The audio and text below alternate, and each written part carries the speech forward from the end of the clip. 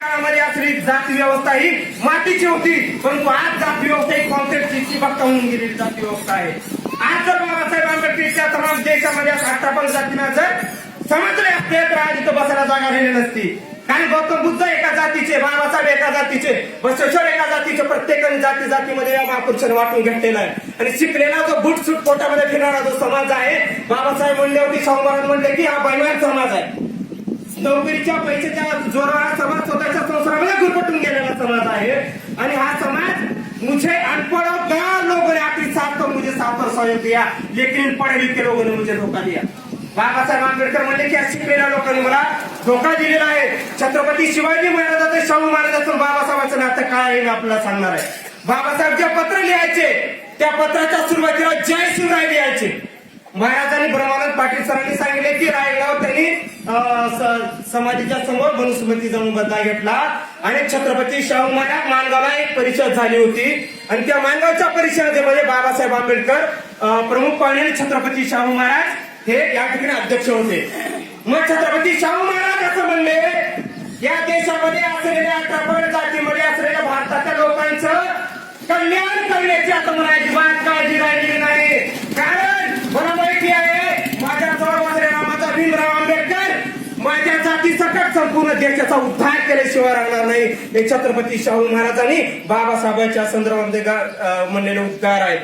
ज्यावेळेस बाबासाहेब आंबेडकर अमेरिकेतून पीएचडी करून भारतामध्ये परत आले, त्यावेळेस छत्रपती शाहू महाराजांना असं लक्षात आलं की एक महाराजाचा पोरगा अमेरिकेहून एमए पीएचडी करून भारतात परत आलाय. तसं छत्रपती शाहू महाराजांनी आदर दिला की जा आणि भीमराव रामजी आंबेडकरांचा शोध घ्या. 2 दिवस बाबासाहेबांचा शोध घेत होते, परंतु बाबासाहेब मुंबईच्या परळच्या चाळीमध्ये राहत असल्यामुळं त्यांचा पत्ता काही सापडत नव्हता.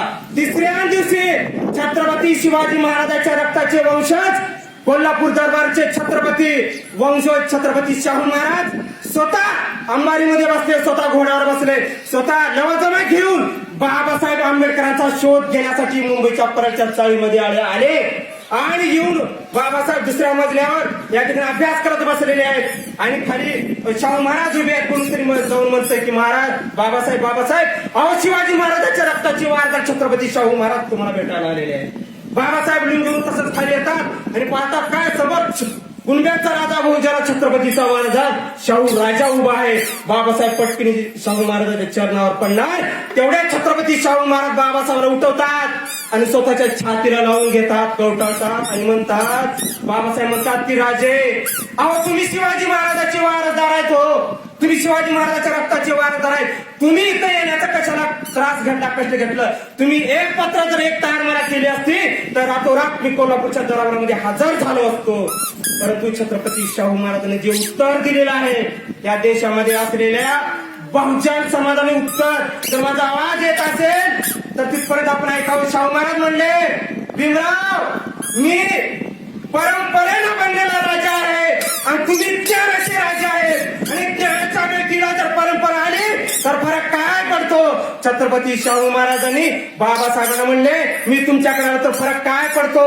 आणि मग कोल्हापूरच्या दरबारामध्ये बाबासाहेब मॅट्रिक पास झाल्यानंतर हत्तीवर बसून स्वतःच्या हातानं गावाला संपूर्ण कोल्हापूर दरबाराला मिठाई साखर वाटून बाबासाहेब आंबेडकरांना खांद्यावर घेऊन थैथाय नाचणारा राजा कोण असेल तर छत्रपती शाहू महाराज आहे. हे किती लोकांना आमच्या नातं माहिती, आमच्या लोकांना प्रत्येक जातीतला महापुरुष आम्ही फक्त डोक्यावर घेऊन नाचतो, पण या महापुरुषाचे विचार डोक्यामध्ये घेण्याचं मात्र आपण जाणीवपूर्वक विसरतो. जर या महापुरुषांनी सांगितले की मला डोक्यावर घेऊन नाचू नका, माझा विचार डोक्यात घ्या, परंतु ह्या महापुरुषाचं नाव घेणाऱ्या अनुयायीची अशी जबाबदारी आहे की आपण त्यांचे विचार हे डोक्यात घेणं गरजेचं आहे. कारण बघा तुम्ही बाबासाहेब आंबेडकरांविषयी या देशामध्ये असलेल्या लोकांच्या मनामध्ये जातीय दृष्टिकोन आहे. बाबासाहेबांनी केवळ मागासाठी काम केलेलं आहे. तर काय खरंच मी काय 2 उदाहरण देतो तुम्हाला. बाबासाहेब आंबेडकर संसदेमध्ये असताना पंडित नेहरू या ठिकाणी मंत्री असताना संसदेचे सभागृहाचे या ठिकाणी 340 कलम बाबासाहेबांनी लिहिले असे.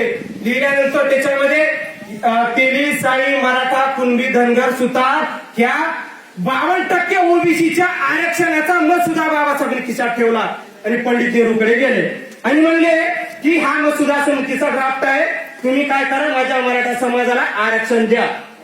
पंडित नेहरूंनी काय केले बाबासाहेबांनी जो ड्राफ्ट ठेवला होता तो असा उचलला आणि कचऱ्याच्या पेटीमध्ये टाकून दिला.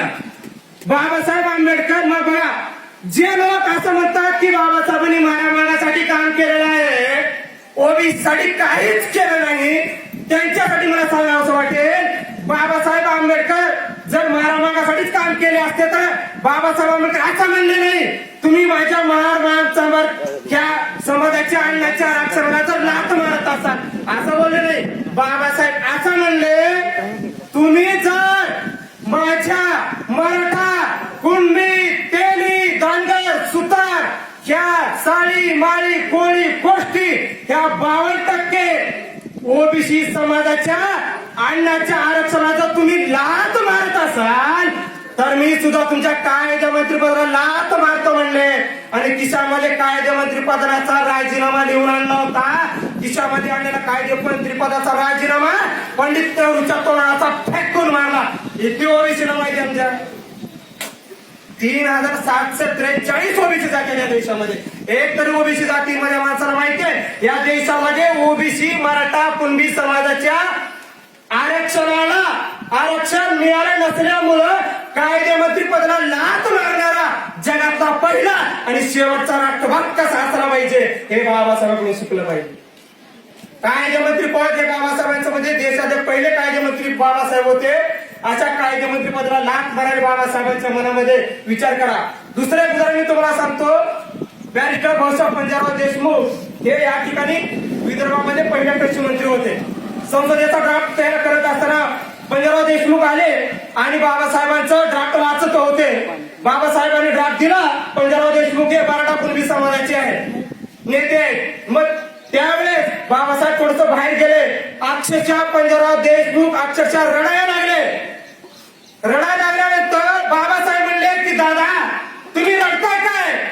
त्यावेळेस भाऊसाहेब पंजाबराव देशमुख छत्रपतीचे महाराजांना असं म्हणले, भीमराव, मी तुमच्याकडे ज्या कामासाठी आलेला आहे, मी तुम्हाला माझ्या मराठा समाजाचं आरक्षण तुमच्या संविधानामध्ये तरतूद करा याच्यासाठी मी आलेला आहे. परंतु तुम्ही भीमराव किती महान आहे, तुम्ही किती महान आहे. मी येण्याच्या अगोदरच तुम्ही या ड्राफ्टमध्ये माझ्या मराठा समाजाला आरक्षणाचा कलम टाकून ठेवलेला आहे. मला आनंद झालेला आहे आणि ते आनंद असून माझ्या डोळ्यातून वाहत आहेत. भीमराव, विचार करा, वैचारिक आमच्या लोकांनी समजून घेणं गरजेचं आहे. बॅरिस्टर भाऊसाहेब पहिले कृषी मंत्री हे बाबासाहेबांचं नातं आहे. छत्रपती शाहू महाराजांचं हे नातं आहे. मित्रांनो, छत्रपती शाहू महाराजांनी बाबासाहेबांची पत्नी म्हणजे रमाईना म्हणले की माझी बहीण रमाई आहे. भीमराव, मी तिला कोल्हापूरच्या दरबारामध्ये घेऊन जातो, तुम्ही विलायतीतून शिक्षण घेऊन आल्यानंतर मग मी सही सलामत या ठिकाणी. विचार करा, बाबासाहेबांच्या बहिणीला, पत्नीला आपली बहीण म्हणणारा छत्रपतींचे विचार स्वतःच्या आचरणात आणलं तर आपण खरे छत्रपतीचे वारसदार आहोत असं आपल्याला अभिमानाने म्हणता येईल. अन्यथा आपल्याला म्हणता येणार आहे, कारण त्यांच्या विचाराची, त्यांच्या प्रतिमेची पूजा तर कोणी करू शकतं. त्याच्यासाठी आमच्या लोकांनी, बहुजन समाज, ह्या सर्वच जाती आपल्या महापुरुषांनी एकच आहोत. बसवेश्वरापासून, तुकारामापासून, शाहू महाराज, छत्रपतीचे सर्व हे जे मावळे आहेत, आपण एकच आहोत. या देशामध्ये जाती व्यवस्था मनवादी लोकांनी आणली. मला सांगा, जगामध्ये कुठे बी जावा तुम्ही, असं कुठं आहे का जगामध्ये? कुठे गेला तरी सर्वात प्रथम माणूस आहे. असं एका अमेरिकेमध्ये आहे का, जपानमध्ये आहे का, किंवा भारतामध्ये आहे का? एखाद्या जातीचे लोक खूप काम आहेत, त्यांना 2 डोकं आहेत. एखाद्या माणसाला 2 डोळे, त्याला 3 डोळे आहेत का? कुठं बी जा तुम्ही, एकच डोकं, 2 डोळे, 2 कान, 1 नाक, 2 हात, 2 पाय आहेत का? असे जगामध्ये कुठंच विचार करा, म्हणजे निसर्गाचा सिद्धांत आहे. परंतु आज आमचे लोक फक्त आम्ही विशिष्ट जातीमध्ये जन्माला आल्यामुळं आम्ही काय आहोत, ग्रेट आहोत. परंतु छत्रपती शाहू महाराज म्हणले, कुठलाही माणूस हा जन्माने श्रेष्ठ नसून तो कर्माने श्रेष्ठ आहे. जर कुणी असा दावा करत असेल तर छत्रपती शाहू महाराजांनी आपल्या साहित्यामध्ये लिहून ठेवलेलं आहे की ही जी दहशतवाद आहे, हा जो जातीवाद आहे, मी शूद्र अतिशूद्राच्या उद्धारासाठी मी माझा जो वंशज आहे हा गादीला सुद्धा लाथ मारण्यासाठी मी मागे पुढे बघणार आहे. परंतु या देशामध्ये हा जातीवाद मी माझ्या बुटाखाली कच तोडवून समता निर्माण केल्याशिवाय राहणार नाही. हे छत्रपती शाहू महाराजांचं स्वप्न होतं, छत्रपती शाहू महाराज विचारधारा होती. ही आमच्या लोकांनी किती अंमलात आणली, किती आचरणात आणली, स्वतः आत्मपरीक्षण केलं पाहिजे आमच्या लोकांनी. विचार करा, बाबासाहेबांचं, शिवाजी महाराजांचं, बसवेश्वराचे नातं आज